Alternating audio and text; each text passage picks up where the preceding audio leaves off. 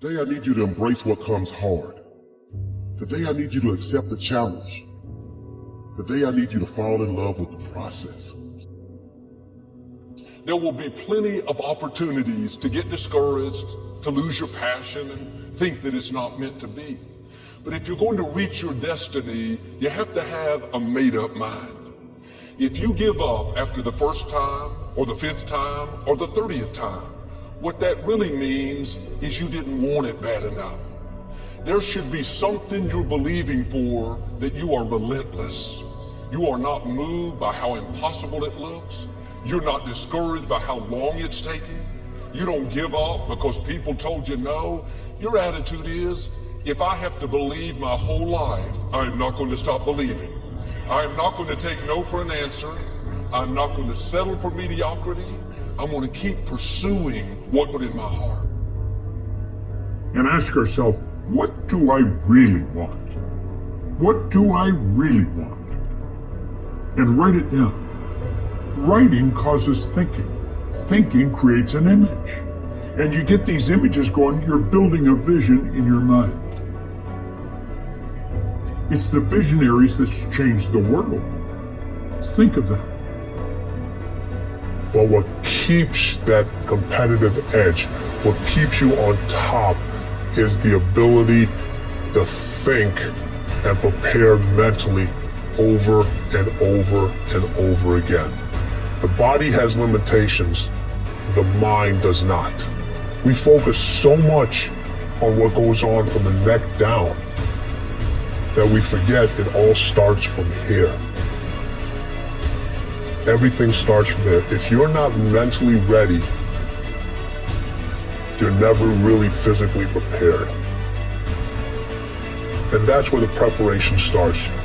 What would your life be like as you look toward the future if you decided, I'm not going to allow my fears to stop me? And I'm saying to you, whatever you gotta do it, because if you don't, life is gonna whoop you until you surrender. So when you're young and you're making mistakes, don't let them eat you up. Because everybody that done made it, done made it. You got to fail in order to win. Hey look man, to understand how to hit the game-winning shot, you got to miss the game-winning shot. You know, you got to be tough because the road to success is always under construction.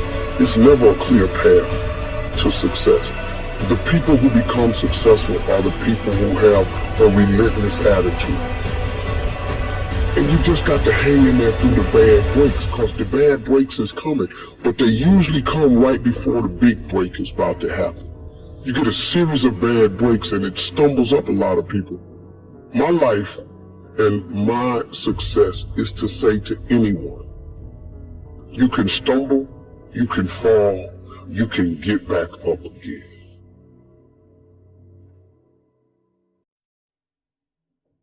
No matter what you face, no matter how bad it is going to be, when there is a challenge, and by a challenge I mean anything in life, any challenge, anything that you're facing, the only way to overcome the challenges that you face is to start walking. Take that step every day, no matter what you are facing. Get up and start walking.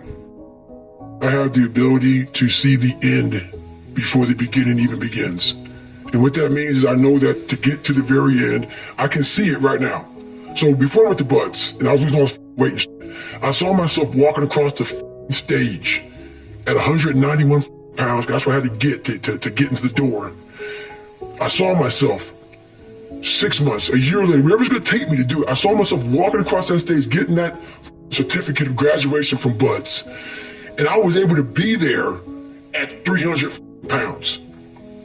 And that feeling that I was nowhere near that feeling, I was able to put myself there 1,000,000 times every day. And that feeling of like, my God, that is gonna feel amazing. That's what made me suffer. That's what allowed the pain to be real and say, this is worth it. I want to feel for this next 18 months. It took me 18 months to finally become a Navy SEAL, to finally, just get through butts. 18 months, 6 months, it took me 18. That's what woke me up every morning was, I'm gonna put myself through this much pain and suffering for a few seconds. That's all it is. A few seconds of joy. And it's so worth it, man. That's what people don't get. So I'm able to put myself at the finish line, even though I have no finish line, but at the finish line of an event before I even start the and say, how are you going to feel at the end of this? Visualizing is my biggest tool of life. That's what I've been able to put myself in cold water, put myself in a 100-mile race millions of times before I've done it. And I'm able to go through the race and see how I'm going to feel at mile 50. Almost to the exact feeling. Right, so when it comes up, it's no surprise. It's no surprise. I've already done this a million times. I recommended the last time I was here, the little book, Richest Man in Babylon, and I said I've lectured now to over 3 million people. Guess how many have actually gone and got this little book? Answer, very few. My best guess is 10%. Such an easy thing to do. This little book, number one, is easy to find. Number two, it's easy to buy. The most you can pay for it, $6, $7, $8. You can borrow that from your kids. But if it's easy to find and easy to buy, and if it's easy to read, why wouldn't everybody go get it? We don't know. I don't know. Nobody knows. Here's how profound it is. Some do and some don't. Now here's the numbers. About 10% do. We don't know the mystery of that. And I'm telling you, 10 years from now, those numbers will still be the same. The numbers don't change. Only the faces change. I used to belong to the 90% who couldn't be bothered even if it was easy. How many people have a library card? Answer, 3%. 97% couldn't be bothered. Guy specializes in happy hour, but he doesn't have a card. And now readily and quickly blames the government and blames his company and blames the pay scale. Here's my advice to you today. Walk away from the 97%. Don't talk like they talk. Don't go where they go. Don't act like they act. Don't specialize in what they specialize in. Throw away the blame list they cling to. You got to be consciously conscious today because your environment can hypnotize, mesmerize, and paralyze you.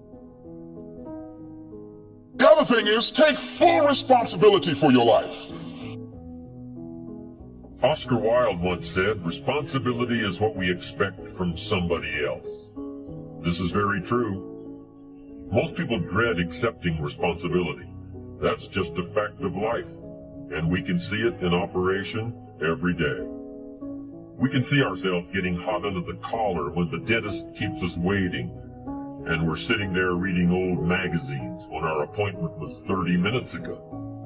And we don't stop to think that we forgot to mail in this month's mortgage payment. We can see ourselves growing angrier and angrier because a business contact is supposed to call at noon, and here it is almost 2 o'clock, and the phone still refuses to ring. But we don't stop to think about the calls we ourselves have forgotten to return while we've been so busy fuming. We can see ourselves writing an angry letter to the airline because a flight was delayed, but we don't write an angry letter to ourselves when we're late for something, even though that might not be a bad idea at all. Yes, we can see avoidance of responsibility all the time in both our personal and professional lives. And here's something else we can see just as often. We can see that most people aren't as successful as they wish they were. Do you see there's a connection between these two very common phenomena?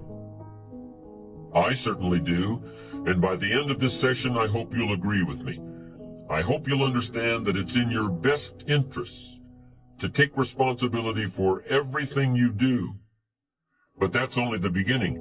I'm also going to suggest that many times it's even best to accept responsibility for the mistakes of others, especially when you're in a managerial or leadership role. I can hear you saying, what? Accept responsibility for someone else's mess-ups? Why would I want to do something like that? Well, that's a fair enough question, and over the next few minutes I'll try to answer it. One of my weak points in my personal life is I don't like technical stuff. So even though I have to be on Twitter and Instagram and Facebook, I don't care for that. So guess what? I find somebody who loves to do that. You know, I find somebody who has a strength where I will have a weakness and I partner with them. All you're trying to do is get to the goal. No one gets there by themselves. Everybody needs help. Now, when you know what you got going for you, be confident, not cocky. Managing your strengths, knowing what they are, and don't let nobody talk you out of it. And that gets you fight ready. You get fight ready like that. You got to know you.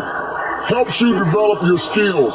All the while, you're developing your strength. It's not, you just got to keep developing the strength. Don't let anybody talk you up. At the same time, you must work on improving your weaknesses.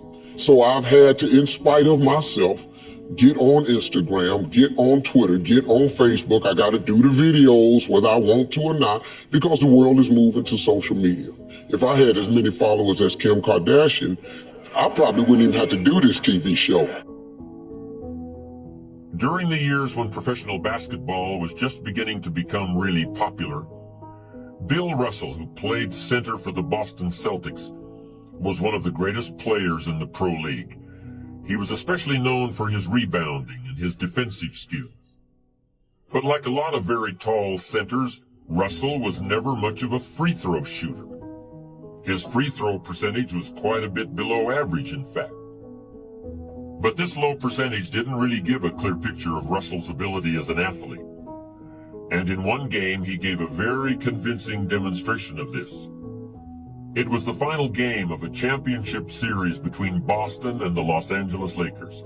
With about 12 seconds left to play, the Lakers were behind by 1 point, and Boston had the ball. It was obvious that the Lakers would have to foul one of Boston's players in order to get the ball back. And they chose to foul Bill Russell. This was a perfectly logical choice, since statistically, Russell was the worst free throw shooter on the court at that moment. If he missed the shot, the Lakers would probably get the ball back, and they'd still have enough time to try to win the game. But if Russell made his first free throw, the Lakers' chances would be seriously diminished, and if he made both shots, the game would essentially be over. Bill Russell had a very peculiar style of shooting free throws. Today, no self-respecting basketball player anywhere in America would attempt it. Aside from the question of whether it's an effective way to shoot a basket, it just looked too ridiculous. Whenever he had to shoot a free throw, the 6'11" Russell would start off holding the ball in both hands about waist high. Then he'd squat down, and as he straightened up, he'd let go of the ball. It looked like he was trying to throw a bucket of dirt over a wall. But regardless of how he looked, as soon as Bill Russell was fouled, he knew the Celtics were going to win the game. He was absolutely certain of it. Because in a situation like this, statistics and percentages mean nothing. There was a much more important factor at work. Something that no one has found a way to express in numbers and decimal points. Simply put, Bill Russell was a player who wanted to take responsibility for the success or failure of his team. He wanted the weight on his shoulders in a situation like this. No possibility for excuses, no possibility of blaming anyone else if the game was lost, no second guessing. Bill Russell wanted the ball in his own hands and nobody else's. And like magic, even if he'd missed every free throw he'd ever shot in his life before this, he knew he was going to make this one. And that is exactly what happened. That is what virtually always happens when a man or woman accepts responsibility eagerly and with confidence.